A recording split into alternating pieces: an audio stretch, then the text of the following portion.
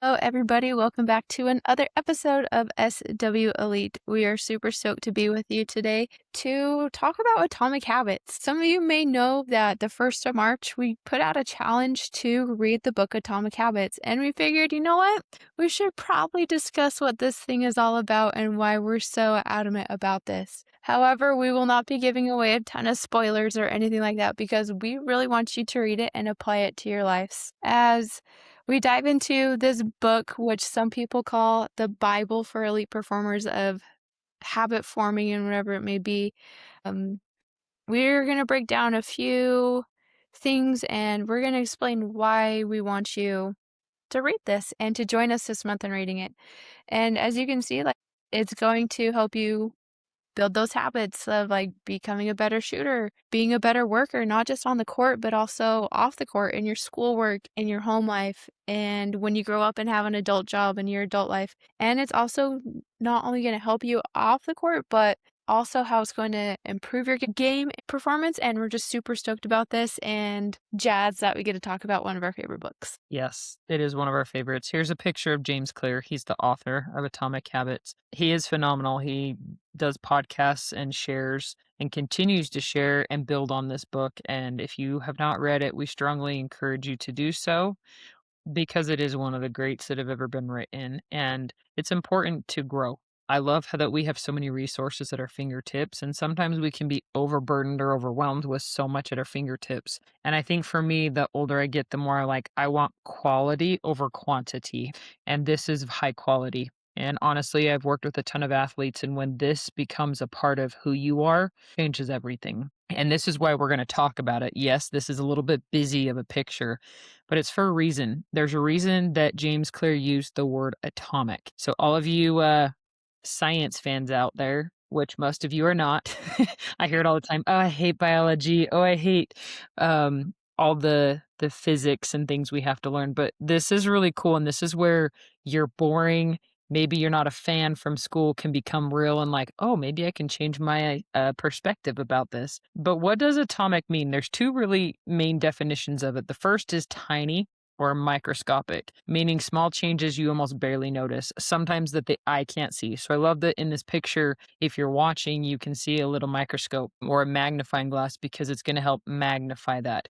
So sometimes we don't notice those small changes. The second definition is the source of immense power. So even though atoms can be they're the smallest molecules, when you put them together, whether you're in a chemistry lab or not, some explosions might happen. So I don't know if any of you have been in a lab before. If you haven't, you'll get the chance, I promise, with your college education, and you don't follow the protocol or you mix things you shouldn't have, and everything goes, things explode, glass breaks, it does happen. I have been in many labs in my lifetime, and I still followed directions and didn't realize the point was to have it explode.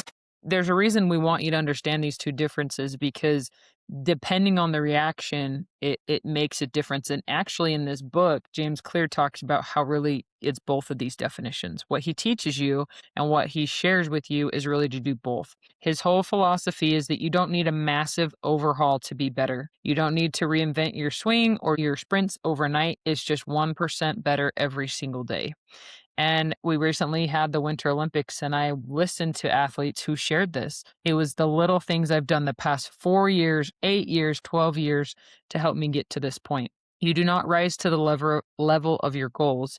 You fall to the level of your systems. And this is where James helps us realize we all want the championship trophy. We all want the accolades. We all want the glory, but it's not necessarily that. It's our system to get us there. And I love in the book, I won't share all of this, but he talks about cycling and the British cycling team at the beginning, how they were one of the worst cycling teams in the world. And within just a few short years of making 1% better changes, how they ate, how they slept, the type of equipment they used, their schedules every day of getting up and sleeping and hydration, changed their whole team to make them become one of the top teams in the world now. So this is why we want you to be involved in this book. We want you to start making those 1% habits or changes in your life so you can someday be that person or the team that holds the trophy and receives the accolades. Absolutely. And I remember in a few podcasts ago, like when we were talking about the British cycling team, we asked you the question of how can you become 1% better each day?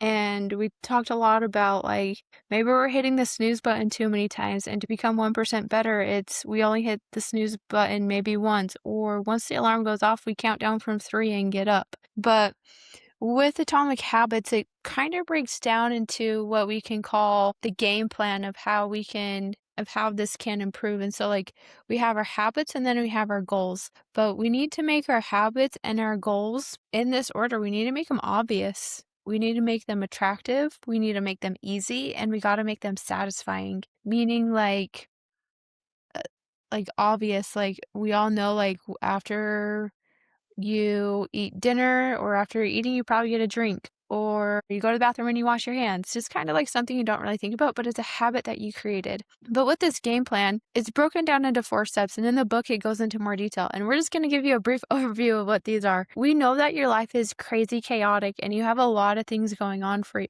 you, which are super exciting and are to be enjoyed. With these 4 game plan things or whatever, like the first one is we got to make it obvious. So it's the cue. So after you put your socks on, you put your shoes on. And this is also known as like habit stacking, and like you do one thing after the other without thinking about it. I've heard of like a couple people where it's like when I wake up, I put on my gym clothes so that way I'm motivated to work out or whatever it could be. There's a lot of amazing examples in the book, but the one thing that it says is stop relying on motivation. Motivation is a flaky teammate. Instead, use habit stacking, because motivation is just a feeling and that will go away. But we got to keep things in momentum, kind of like how we talked about Newton's first law. A thing in motion stays in motion, and we just got to keep that motion throughout the day. The second one is we got to make it attractive, and we got to have that craving. We got to bundle something, what we want to do, with something we need to do. And a lot of us, it could be like doing the dishes. Like we don't necessarily want to do it, but we need to do it. So that way we can eat. Another thing for like athletes is like you can listen to your favorite T Swift song while you're stretching and rolling out and recovering. And it can be attractive. You can do 2 things at the same time, listening to songs, singing out loud, and stretching and recovering. The third one is make it easy, which is the response. So lower the friction to train, set up your system. So if you think about it, like if you have an early morning practice, like pack your bag the night before and leave it by the door. So all you have to do is get up and grab it. If the bag is already there, you've already eliminated your excuse of being too tired to find your cleats or your shoes or your practice jersey or whatever it is. Eliminate that excuse and prepare ahead of time, so that way it's just a grab and go type thing. And the last one is make it satisfying. And I'm going to ask you a question. Do you prefer to win or do you prefer to lose? It's pretty obvious. We all love to win, and so does your brain.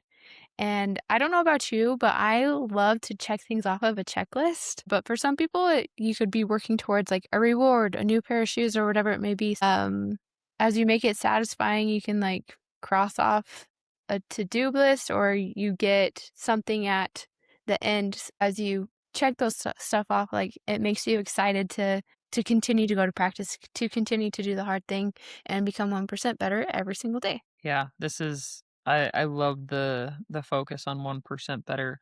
I think you need to understand a little bit about James Clear's background a little bit to understand this, because I think some people get that mentality of like, oh, it's just another guy, it's just another book, it's just another podcast.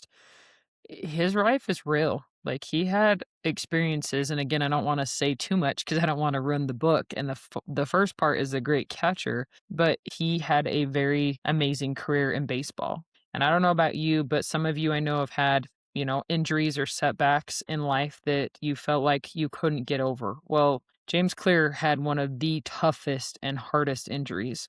In the story, he talks about how he was actually at school. This wasn't even basketball practice. It was actually a class in school. And he took a baseball to the face with a bat. And it was a huge injury. Like we're talking blood everywhere, a brain injury. I don't know if many of you know, but brain injuries are really hard to recover from. And sometimes you don't know what the outcome will be. But he had a severe years to recover. It impacted his ability to play the end of his high school career.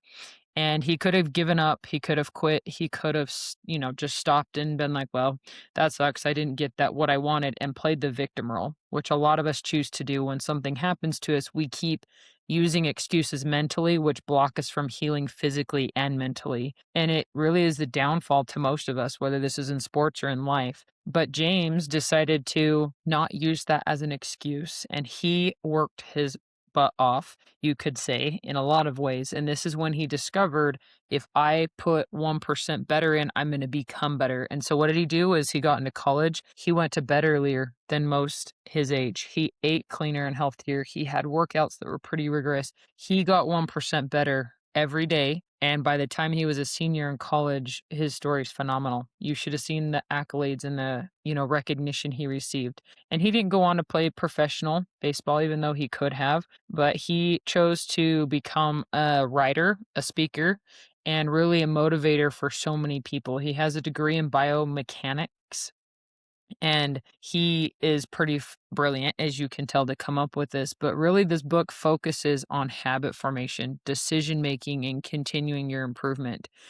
And honestly, to this day, his framework and what he teaches you in this book is what's used in the NFL, in the NBA, and MLB. He is known for living what he teaches. He continues to train as a weightlifter and advocates for the mastery of fundamentals over complex and flashy routines. He knows that these little simple things make all the difference. And you're able to keep doing them. It's not or impossible is probably the right word.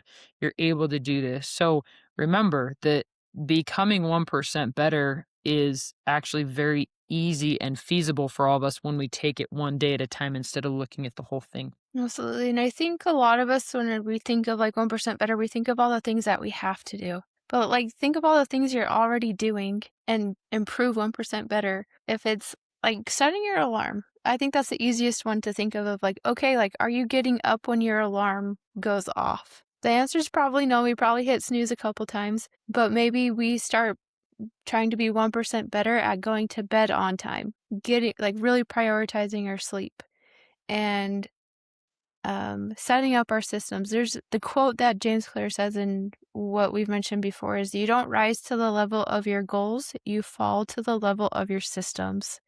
And so it's putting things in place to help you succeed.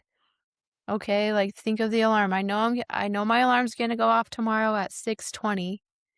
What time should I be in bed? Probably between 10 and 10:30.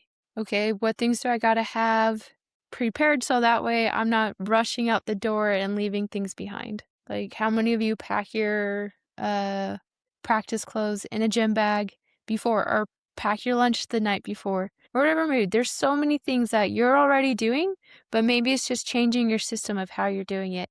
And in this book, it's going to teach you and give you examples of how you can be a little bit better. And that's the challenge this week is, what can you do to get 1% better every single day? Is it drinking more water? Is it waking up on time? Is it doing 10 extra reps of whatever drill you're working on? Going game speed? Keeping your commitments, being where you say you're going to be, doing your chores, honoring your parents. There's so many things that you're already doing that you can become 1% better in. And we hope that you take this challenge, because as you become 1% better, your systems will change. Your life can become a lot more simple and a lot more, I'd say, less chaotic than it already is. Not saying that life will stop being chaotic, but it will feel less chaotic, and you'll be able to rise to the level of your goals and reach what you want to reach. And people will be like, well, how are you doing this? People will notice a shift. People will notice a change and be like, because I just do 1% better every single day.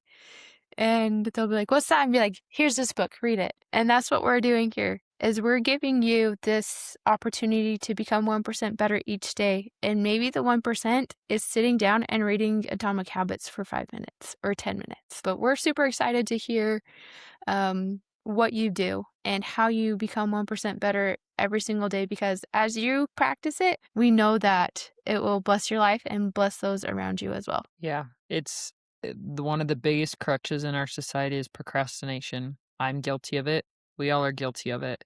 But we've almost become complacent with it and okay with it, and that's what needs to change. We need to not procrastinate because it does relieve stress and it will actually help us avoid burnout. It'll help us avoid having mental health issues because the more you procrastinate, the more you're basically giving yourself a lazy brain and a lazy body, and it will catch up to you. And life is to be enjoyed, not just endured.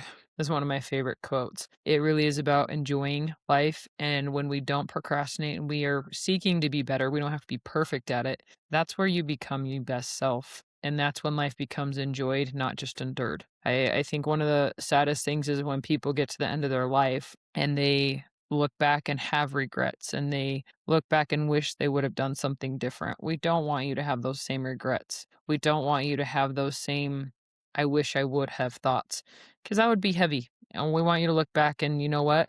I made the best of every moment of my life. I wasn't perfect at it, but I made the best of it. And that was that 1% attitude or that perspective shift that you had that made all the difference. And I'm grateful that I get to do this with you. This is a reminder for me as an adult. I don't have this all figured out. I wish I did. I'm not perfect at it, but I will tell you, I have done a lot of 1% better in my life that has helped me get to where I'm at professionally and mentally and physically and emotionally because I was willing to put in the work that a lot of other people weren't. And it doesn't make me better than them because I love and appreciate so many people in my life. But a lot of people wish they were in a different spot, and it's because they didn't take the time to do the 1% better. So, Shalyse and I are passionate about this, and we love James Clear and are grateful for the impact he's had on our lives because of what he's learned. And we want to share that with you so you can incorporate it in your life to have that bright future in front of you. Yeah, and so let's start today to become 1% better every single day. We're trying to become 1% better every single day. And as we know, we have a network of people that are trying to do this. We can share, we can help motivate each other, and we can help each other become 1% better every single day. We're just excited for you to read this book, and we hope that you learn a lot from it and that you can apply it and see the changes that are waiting for you. We love you all and we want to thank you for joining today. But before we jump off, we just want to mention that the links for March Madness are live. So please join us in the bracket challenges. We will have prizes for first through third in both the men's bracket and the women's bracket. So please, please, please participate. It's going to be a lot of fun. But until next time, we hope you have a great rest of your day. And remember, every single day, get 1% better. And we'll catch you guys next week. Bye, guys.